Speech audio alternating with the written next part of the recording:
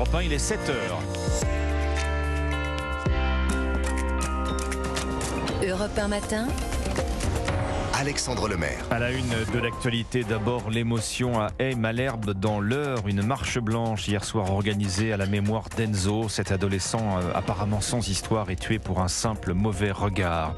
Même si elles ne sont pas nouvelles, la violence gratuite dont la fréquence interpelle. Vous entendrez une criminologue dans ce journal. La colère des livreurs d'Amazon, le géant du commerce en ligne, affronte son premier mouvement social d'ampleur aux États-Unis. Un Français sur deux ne part pas en vacances faute de moyens. C'est une enquête de la Fondation Jean Jaurès. Reportage à suivre à Lille.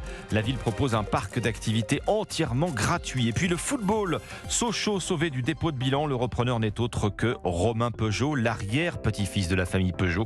Un sauvetage qui prend des allures de retour aux sources. Le journal de 7h, Christophe Lamar. Bonjour Christophe. Bonjour Alexandre, bonjour à tous. Ils ne comprennent toujours pas comment on a pu en arriver là. Comment peut-on tuer quelqu'un pour un mauvais regard ? C'est ce qui s'est passé le week-end dernier à la Aix-Malherbe. Enzo, 15 ans, a été mortellement poignardé.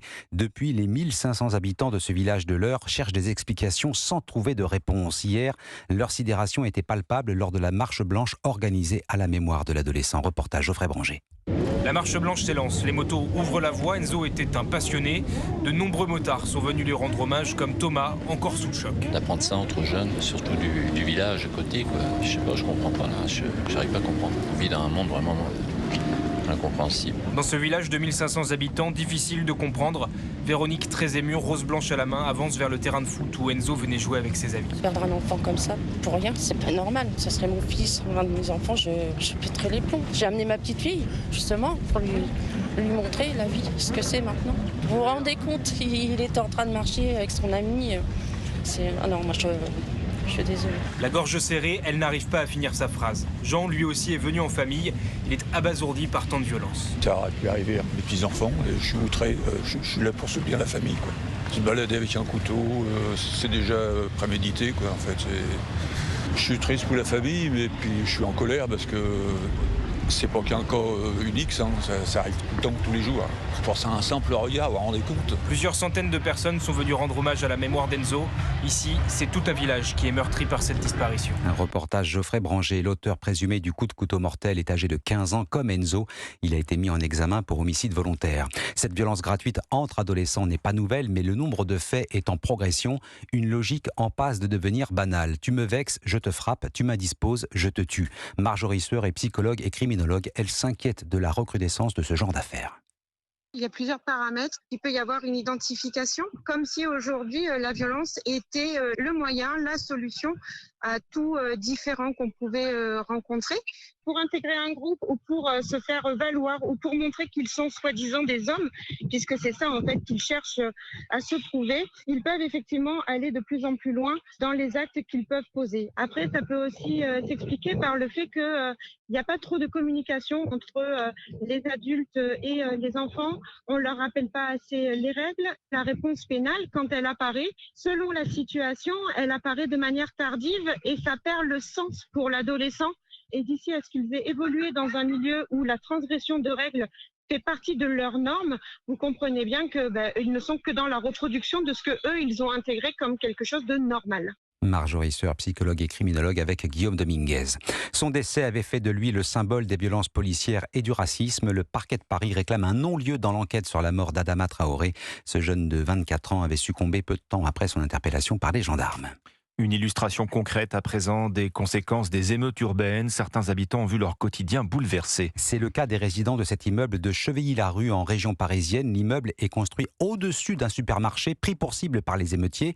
Les canalisations n'ont pas résisté à l'incendie qui a suivi le pillage. Résultat, plus d'eau, plus d'évacuation. Et depuis 3 semaines, les habitants vivent au milieu des odeurs d'urine insoutenables. Reportage Maxime Gondelot. À peine arrivé dans le hall de l'immeuble que l'odeur d'excréments est omniprésente. Toutes les parties communes sont concernées. Richard habite au 3e étage, il n'en peut plus. Ça devient nauséabond puisqu'il y a des remontées, en fait il y a des refoulements vu qu'ils ont pincé les canalisations pour pas qu'il y ait de dégâts en bas. Et du coup les excréments remontent dans les appartements, principalement au rez-de-chaussée, 1er étage. Les odeurs des toilettes chimiques posées en bas, pareil. Toilettes chimiques que la mairie a installées en urgence dans la rue pour venir en aide aux habitants. Mais sans eau, la vie reste très compliquée. Lucien est retraité. Il faut que j'aille avec des bidons chercher de de l'eau à l'extérieur, je mange froid. Je mange des fruits avec un peu de fromage et du pain. Je ne peux pas cuisiner, je ne peux rien faire parce qu'on ne peut pas utiliser l'eau, il n'y en a pas d'eau. Et on ne peut pas évacuer les eaux usagées. Impossible aussi de faire sa toilette. Certains habitants se douchent au travail ou chez des amis. Comme d'autres, Florent s'adapte à la situation. Pour se doucher, on va à la douche publique. La mairie qui nous a mis à disposition des salles publiques. Depuis le début du sinistre. Les travaux ont commencé hier, des plombiers se sont rendus sur place, un soulagement pour les habitants qui se sentaient un peu abandonnés par leur bailleur, CDC Habitat, qui promet que les travaux vont durer 3 semaines maximum, soit jusqu'au 14 août. Reportage Maxime Gondelot. Après la Nouvelle-Calédonie, Emmanuel Macron poursuit sa tournée dans le Pacifique. Le chef de l'État est arrivé au Vanuatu, prise de parole immédiate pour dénoncer les ingérences et les nouveaux impérialismes à l'œuvre dans la région. Cet archipel indépendant du Pacifique Sud est l'objet de toutes les convoitises. Les Américains, les Chinois tentent d'y imposer leur influence, une stratégie que la France entend contrer en proposant sa propre alternative basée sur le partenariat. Frontières fermées et couvre-feu instauré au Niger après un coup d'État militaire. Les putschistes ont renversé le président Mohamed Bazoum, réputé proche des Occidentaux. Après le Mali et le Burkina Faso, le Niger est le 3e pays du Sahel à connaître un changement brutal de régime. Europe 1, il est 7h05, la suite de votre journal. Christophe Lamar, Alexandre Lemaire. Avec ce mouvement social inédit aux États-Unis, Christophe, ce mouvement qui touche le géant mondial du commerce en ligne Amazon. Les chauffeurs-livreurs dénoncent leurs conditions de travail et la faiblesse des salaires. Les mouvements sociaux sont rarissimes chez Amazon. L'entreprise de Jeff Bezos va peut-être devoir réviser son rapport avec le syndicalisme. Abiva Fried, vous êtes la correspondante d'Europe 1 aux États-Unis. Alors tout a commencé quand 80 livreurs de la société BTS, un sous-traitant d'Amazon, ont adhéré à un syndicat pour toucher de meilleurs salaires. Mais le sous-traitant a besoin de l'accord d'Amazon pour ça. Et le géant du commerce en ligne n'a pas fait dans la dentelle, il a annulé son contrat avec BTS. Le sous-traitant ne serait plus aussi efficace. Juste après l'adhésion au syndicat, c'est quand même suspect. Les employés concernés manifestent désormais dans tout le pays, espérant fédérer d'autres livreurs. Les revendications ne sont pas que salariales. Beaucoup de chauffeurs-livreurs se plaignent des longues heures passées dans leur camionnette, sans air conditionné et sans pause. Amazon, là aussi, botte en touche, affirmant que c'est du ressort des quelques 2500 sous-traitants qui l'utilisent pour les livraisons. Sauf que c'est Amazon qui décide quels camions les sous-traitants doivent utiliser et même combien de bouteilles d'eau les livreurs ont le droit d'avoir. Le bras de fer est engagé, un signe encourageant toutefois pour les employés. UPS, menacé par une grève générale, vient d'accorder à ses livreurs des augmentations de salaire conséquentes. Abiva Fried, correspondante d'Europe 1 aux États-Unis. Ce chiffre maintenant sur Europe 1 à l'heure des vacances et du cœur de la période estivale, un Français sur 2 ne part pas en vacances selon la fondation Jean Jaurès. Et pour ceux qui restent chez eux, l'été n'est pas toujours le moment le plus agréable, surtout si l'on vit en métropole. À Lille, ceux qui ne partent pas peuvent s'offrir un peu de dépaysement dans un parc totalement gratuit. Lille Aventure Nature, dont c'est la 3e édition. Reportage du correspondant d'Europe 1 dans le Nord, Maximilien Carlier. Pas trop peur? Ça se passe bien, magnifique. Magali encourage sa fille sur un parcours d'acrobranche. Elle passe l'après-midi en famille à Lille Aventure Nature, histoire de profiter, car pas de vacances cet été. C'est un budget, moi je suis toute seule avec mes 4 filles, et donc c'est compliqué de partir en vacances avec les enfants. Donc quand on a des opportunités, autant y aller.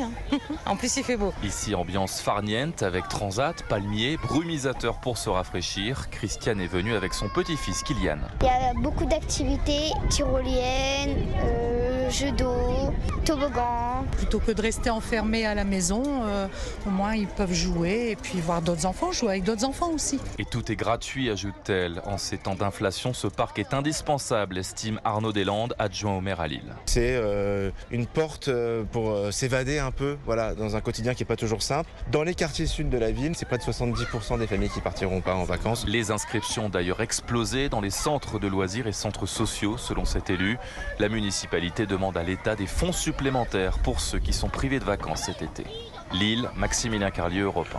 On passe au sport, Christophe, avec du foot. Sochaux, sauvé du dépôt de bilan. Le club évite la faillite et retrouve en quelque sorte son actionnaire historique. Romain Peugeot a accepté d'en prendre les commandes, Cyril de la Morinerie. Absolument. 8 ans après la vente du club du Doubs par le président de Stellantis, Carlos Tavares, Sochaux va renouer avec son glorieux passé. Romain Peugeot, arrière-petit-fils du fondateur du club en 1928, va prendre les rênes de l'équipe. Ce financier de 33 ans est notamment soutenu par l'ancien président emblématique de Sochaux, Jean-Claude Plessis, très heureux de cette issue. Bien sûr que c'est un soulagement. Je suis sensible à l'histoire. La famille Peugeot, je la connais depuis si longtemps, j'ai vécu avec eux. Et Romain, je connais tout enfant. Donc pour moi, c'est un retour des choses. Et c'est très bien que Peugeot soit associé à Sochaux. Voilà. Romain Peugeot s'est engagé à verser 8 millions d'euros afin de devenir l'actionnaire majoritaire du FC Sochaux-Montbéliard. La société chinoise Nanking, actuellement propriétaire de la formation doubiste, apportera quant à elle 4 millions d'euros pour combler les dettes. Romain Peugeot veut désormais éviter une descente administrative du club jaune et bleu en 3e division.